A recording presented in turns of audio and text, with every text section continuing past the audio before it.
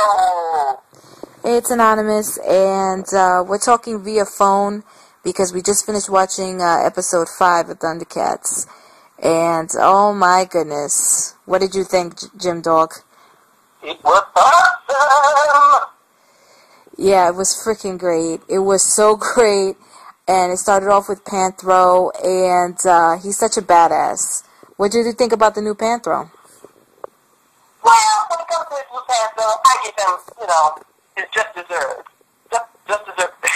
Just deserved.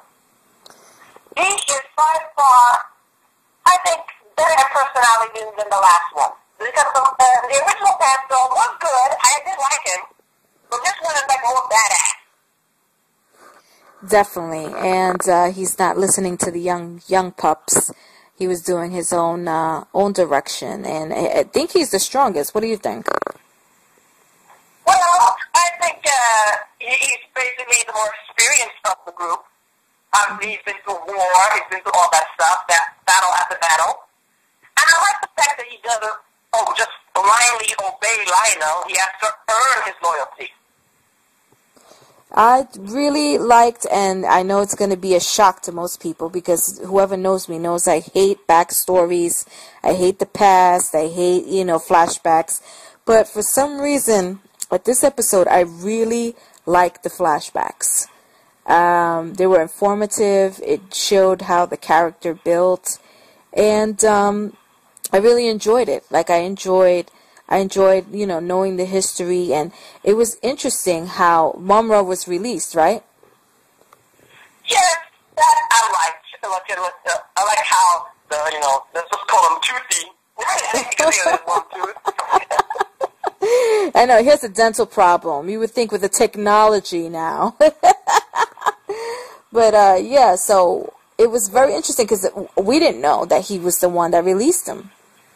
Yes, like I said, I like how he released mumm-ra. I like the whole thing that we were once friends, now we're enemies sort of thing. I've always loved that in shows. And it is true, I've known Anonymous for years, she hates basically anything with flashbacks in it. Yeah, I really, really hate flashbacks. As much as you hate fillers, right? Yes, but the thing is, that flashbacks, if they're not filler flashbacks, mean something because they build the character. Everything she described, how she liked this backstory, is all the reasons why I always like things with backstory. True, I don't like it, and I like how it was shortened.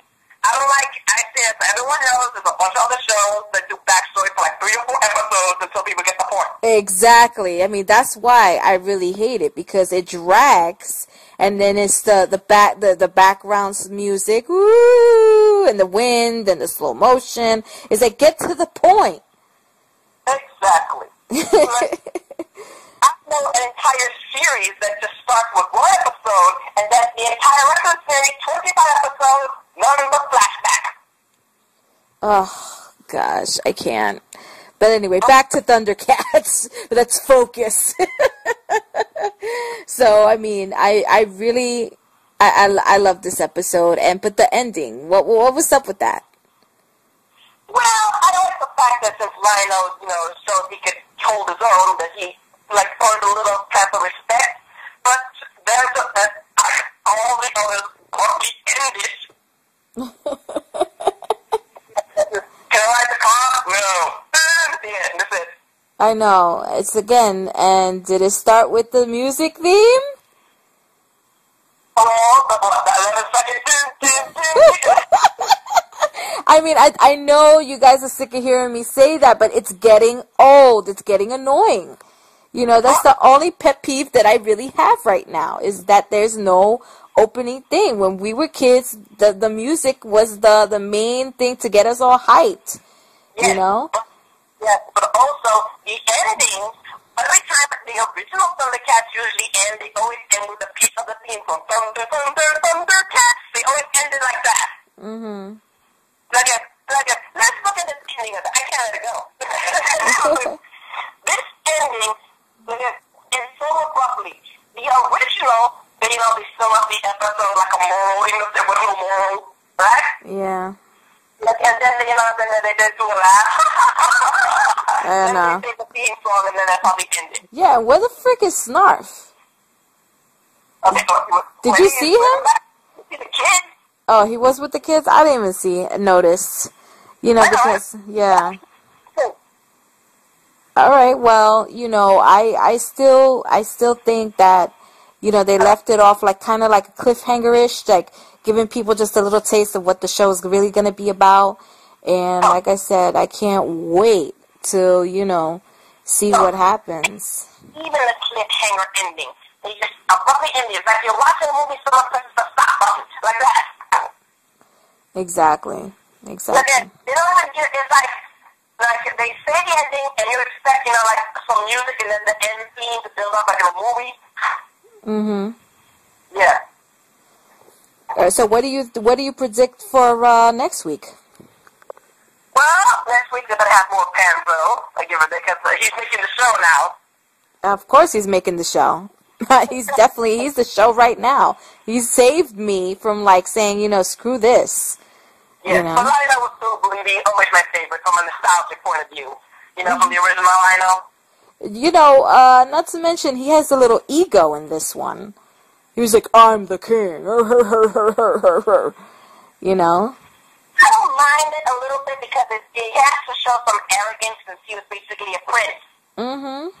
But I love it when he shows his kinder side, like a good prince. But remember, he's still a prince. If those who remember, they're like, oh, I can't really use him. Think Vegeta. Oh, yeah, Vegeta, uh-huh. They can be always full of pride and refuse to back down no matter what. Yeah, I guess so.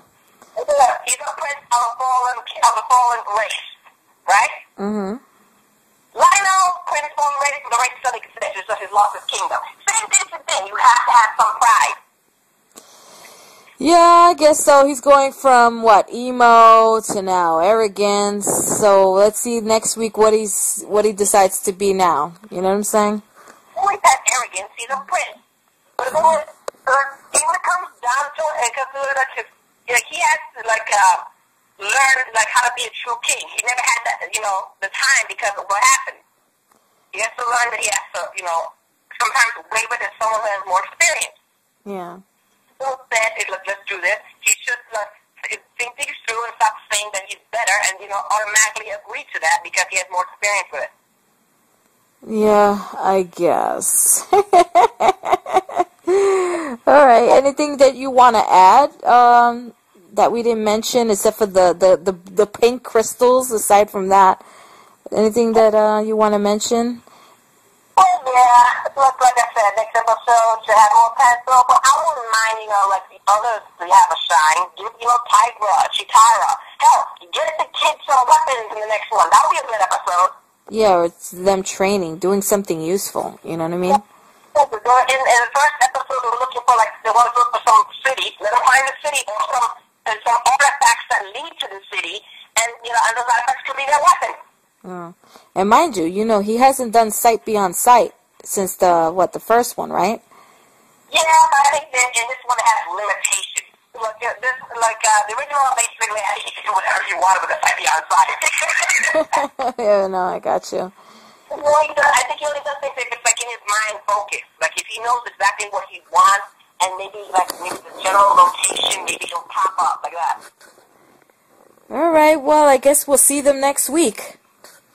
Well then, everyone, this is Jim Dog, and I have more things to watch. All right, guys, later.